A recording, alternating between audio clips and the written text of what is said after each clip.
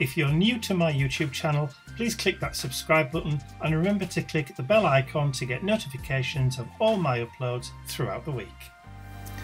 Hi everyone, it's Mike here. So today I have a circle page from my 12-inch circle journal, which I haven't done or created a circle page for ages.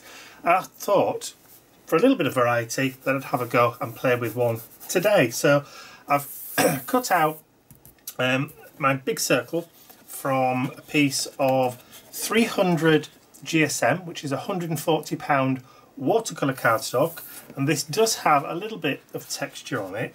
It's kind of like a canvas weave texture on it. So to start off with, I'm going to just add some gesso to the page because I want to have a surface that is going to help spread some pigments.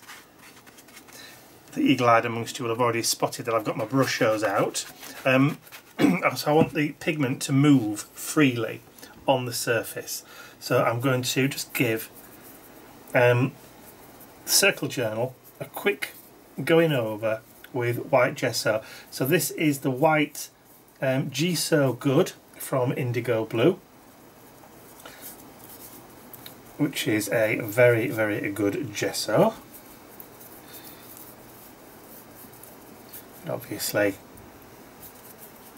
there are lots and lots of other gessos out there on the market. So I'm just going all over. In fact, I think I've got about 4 different types of gesso, 4 different brands of white gesso. And they're all pretty much the same. Some slightly thicker in consistency than others, but that doesn't really make any difference. It doesn't impede their qualities. You just, if you're wanting to make sure that your pigments go and move on the surface rather than being immediately absorbed, then gesso is the way to go. I'm not going completely all the way to the edges because I'm not going to be completely covering the page. So just need to get that gesso dried off before I start adding any colours or pigments to the page. So out with the old heat gun, and I'll be back as soon as it's done. Okay, so gesso is now dry, and out of my brush hose I've taken out leaf green and some lemon. So those are the 2 colours that I want to use initially. So I'm going to add some water. So I'm just going to spritz the page just to get a little grounding of that water across, and then when I add my brush hose they should immediately start to react and grip, and then what I can do is just put the pin back in just in case, and then I can spritz again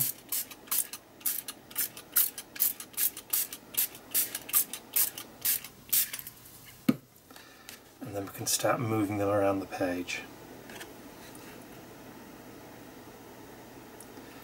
I don't particularly want to get them right the way up to the edge, but I just want them to move.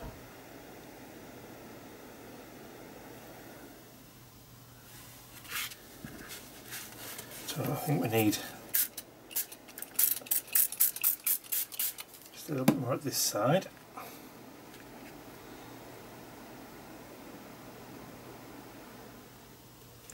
These are watercolour pigments, so they will dye back and be quite subtle. They're not going to be really, really strong.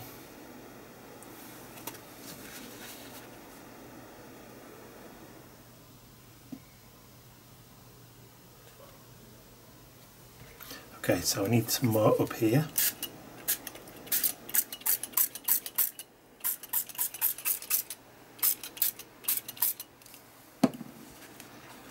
Let's get them moving.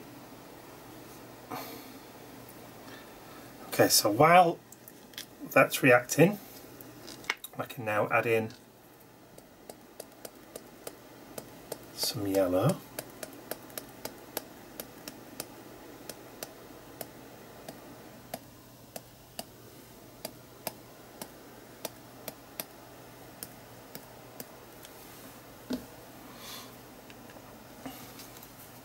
And just let that sit for a minute. It's looking a bit darker on screen, I think, than it actually is. That might just be the settings. I've got some kitchen roll just underneath it, just to stop it really from soaking through onto my craft mat. But I think for first go, for first layer, I think I'm quite happy with that. Just let it run. Swirl it a bit. And then let it sit. Okay, I'm going to give that a blast, get it dried off, and then I'll be right back. Okay, so that's pretty much dry now. So there are some gaps and some areas that I want to add some reddish tones into this. Now I've got to be very careful because obviously I'm adding red and we've already got a green background. So red and green when mixed makes brown, makes mud, and we don't particularly want that. I just want some reddish kind of highlights around the page. Just having a quick, talking a lot dries your mouth out. That's my excuse anyway. Right, so I have in here somewhere, I've got a scarlet, and there's also a brilliant red. There it is. Now, I haven't really used these much. So I'm going to just very, very gently use just in a couple of areas.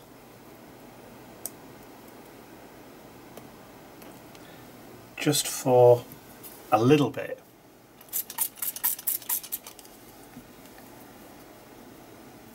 I don't want to go too bad or too mad and create a lot of mud. So I'm just going to do it towards the areas. So that's already started to go muddy there, but we've got it along the edge, which is fine. So like I said, I don't want to do a lot, and that's all I'm going to do. I'll put the scarlet away because I think it's going to be too dark, and it may have too many purpley undertones. So literally, that's all I'm going to use. I'm just going to squirt. Just turn that round. I don't want to try and get it too much in the middle. Force it outwards with the pressure of the water in the jet. I'm nearly running out. See, it's all starting to pool in the middle. Looks like blood. Don't want that. Get off.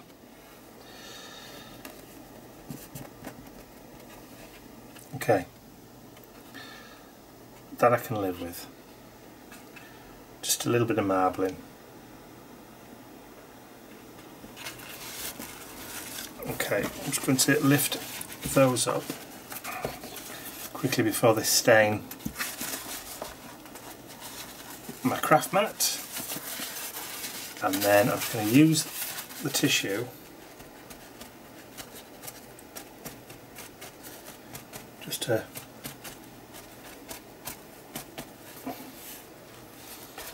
maybe transfer a little bit. No, it's not going to do it. Okay, throw that in the bin, grab a couple more. Like I said, trial and error. I want a little bit more over this side just to balance it. So just a little, just a real little. And as we know with the brushos, a little goes a long way. I think I'm going to run out of water there. Let's grab another one. That'll do. That's it. Going to get it dried, and then I'll just lick off some of the excess water. There we go. so that should give me some nice little reddishy kind of pinkish tones. And I'll come back when it's all dry. 3. Okay, so this is dry. I've pulled out from my stash a stencil called Regal. It's a damask pattern, just the actual pattern itself. This again is from Indigo Blue. And what I'm going to do is I've got a wet wipe, a baby wipe, and I'm going to attempt just to ghost a little bit of that pattern through the stencil. So just rubbing the pattern with the baby wipe, just gently, should remove a little bit of that pigment and give us a ghosted image of the stencil. So I'm going to add that down here towards the bottom and do it again. Now if you wanted to, at this point, you can swap your baby wipe.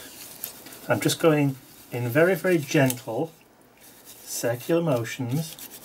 I'm not pushing very hard at all. I'm just lifting that pigment from the edge. Okay, so I do it a couple of times and then get it dried off.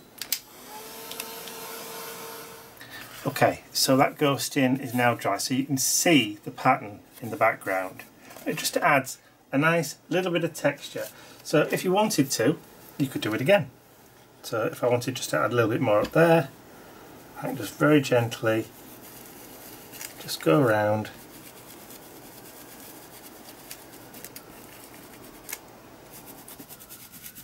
and just remove a little bit. Of course, the more you do it, the more comes off, the more dramatic the effect.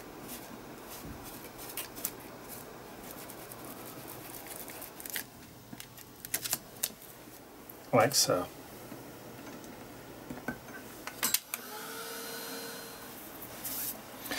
So that third bit now is dry. Now if I'd have tried to use the stenciler with gesso, the gesso would have activated with the pigment underneath again and it would have dyed back. You wouldn't have got that white gesso colour. So just like using dilutions, whatever you put over the top of this now is going to activate it again.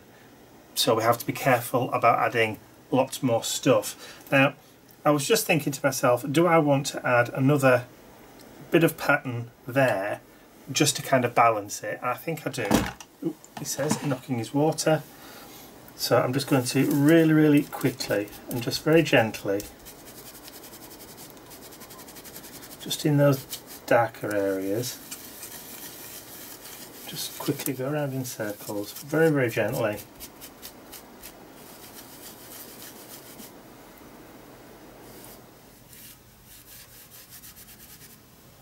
Like that, and then off we come. And then you could, theoretically,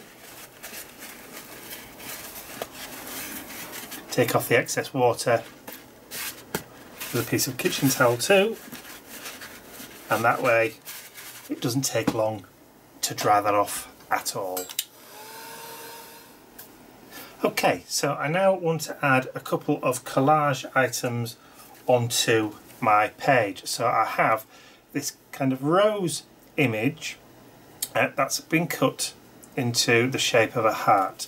So I want to stick that down onto my page. Now bearing in mind I can't use matte medium or anything like that because it will reactivate the pigments on the page and we don't want that. So I'm going to have to use a dry glue, and for this I'm using one of the Diane Reevely Creative Diary glue sticks. There you go. which are very inexpensive and I find work absolutely perfectly. So I'm going to stick that down about there and then just rub the edges just to make sure that's stuck really nicely, and there's no transference of colour, which is even better. So I need a wet wipe just to go over there where I've had the glue, because I've got another collage item that I want to add. Just remove any muck. There we go. I'll just give that a wipe over. And then I have a hummingbird from my Digistash. So I've printed it out on my Epson WF2630 printer, which is the one that has the Durabright ink, which is permanent when dry because it contains a resin. Somebody recently contacted me and said they went to buy an Epson printer and the salesman said, oh no, the Durabright ink only works with Epson branded paper, which is absolute rubbish. I've never bought Epson paper in my entire life. All I use is standard printer paper and it's never bled on me yet. So yes, some salesmen talk out of their derrieres. Okay, so hummingbird. There we go.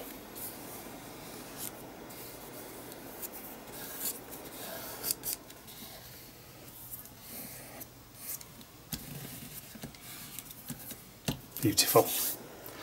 Love that hummingbird. I got this image and the rose image as well from a public domain source ages and ages ago. I know the public domain because it was a free clip art website. So if anybody's interested in these, I'll put them on my blog. So if you go to my website, which is listed in the description area below, there'll be a link to my blog, and you'll be able to get these images from there. So I'll put them in the post that corresponds to this video on my website. So if you want them, go and help yourself for free. So let me just grab a wet wipe because I've now got yellow all over my fingers. So I need to have a quick tidy up, a quick clean up, and then I'll be right back for the next stage. God, stain worse than Dilutions. Okay, so just before I turn the camera back on, I brought out my Signo White Opaque Rollerball pen just to see whether or not it would actually write over the top of the pigment without altering colour, and it is doing so, which means I can now just add a little kind of doodly border just around the outside without worrying too much that it's going to disappear. So just on those darker areas, just to kind of break it up a little bit, I can add just some kind of doodle dots with some faux stitching just to break up that colour to create a little bit of a border, but only in the darker areas, because there's no point doing it over the white areas because you won't see it anyway.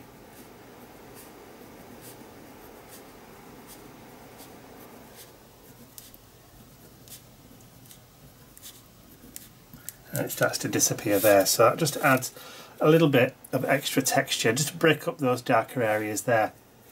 So you could then, if you wanted to go over the top of this, I don't want to spoil the image too much by adding too much to it, so I'm just going to add a little bit of texture there.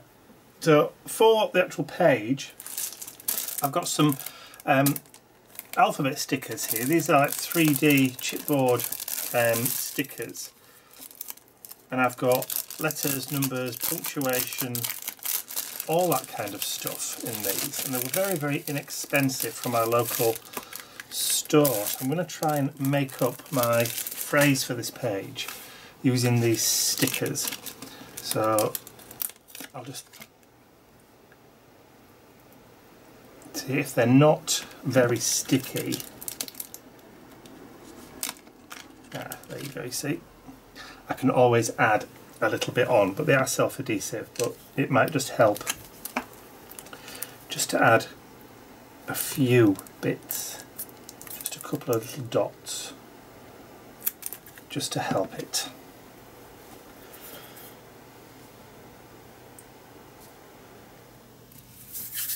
So, I've had these for so long, I'm surprised there's any adhesive on them at all.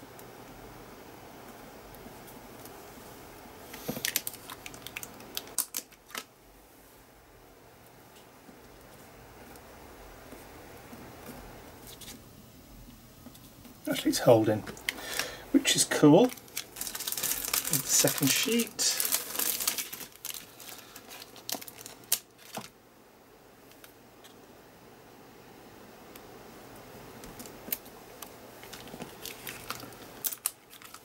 So much easier when you've got letters like this, especially if your handwriting is rubbish like mine.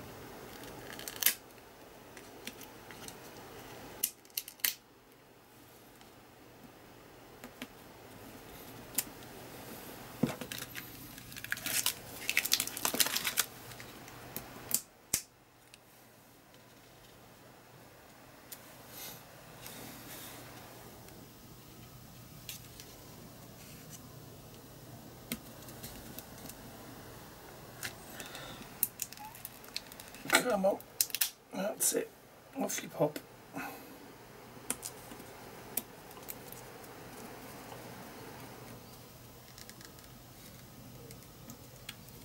Try and get the letter spacing reasonable.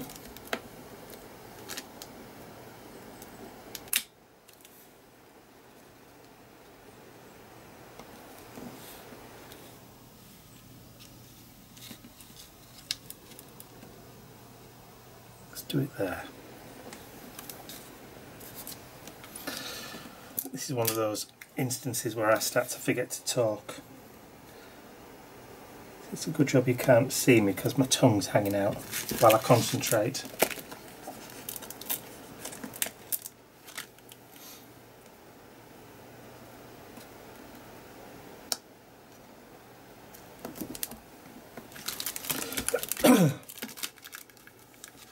One of the things I love about art journaling is the fact that you can pretty much use whatever materials, resources,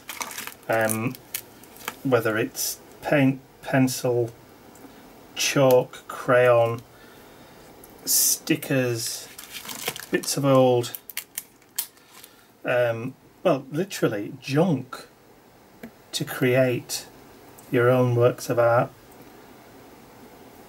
whatever speaks to you. It's, you know, it's quite liberating to be able to turn unwanted things, or things that you would normally think are, you know, not necessarily, like these would be normally what you'd consider giving to kids to use, but are absolutely perfect for this kind of art journaling. I'm not having much luck with these letters.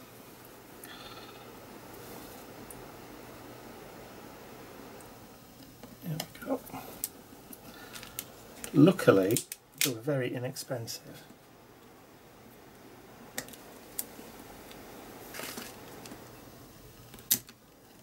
I think I got the 2 sheets for £1, which is nothing. A couple of dollars.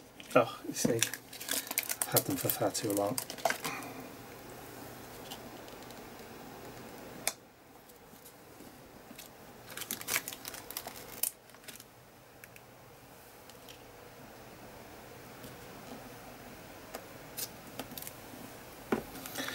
Okay, let's see if we can get the last letter off without damaging. There we go. I like using stickers and letters like this because it doesn't matter what is in the background.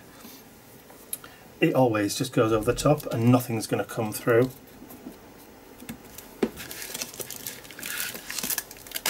Right, I can put those back away, ready for use another time.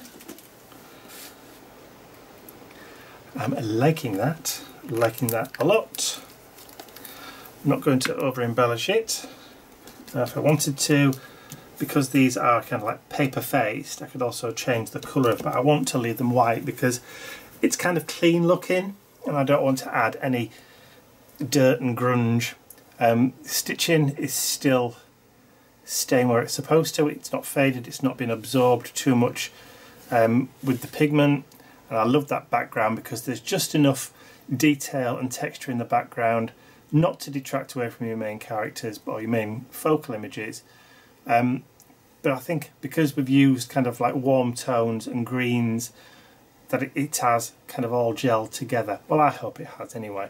So I'm not going to do any more to that. So what I'm going to do is see if I can find a spot to sign and date. So I think I'm going to do it just down here.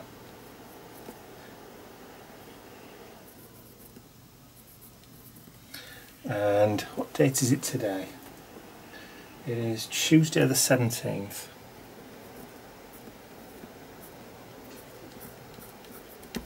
There we go.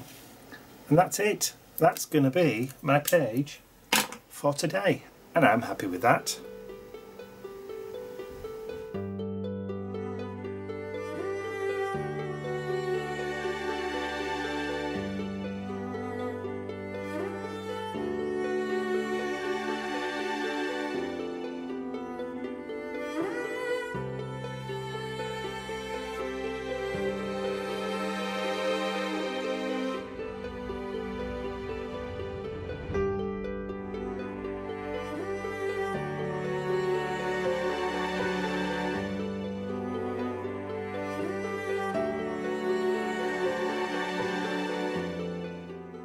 I'd also like to say a huge thank you to all of my angels, without whose generosity and support these videos would not be possible.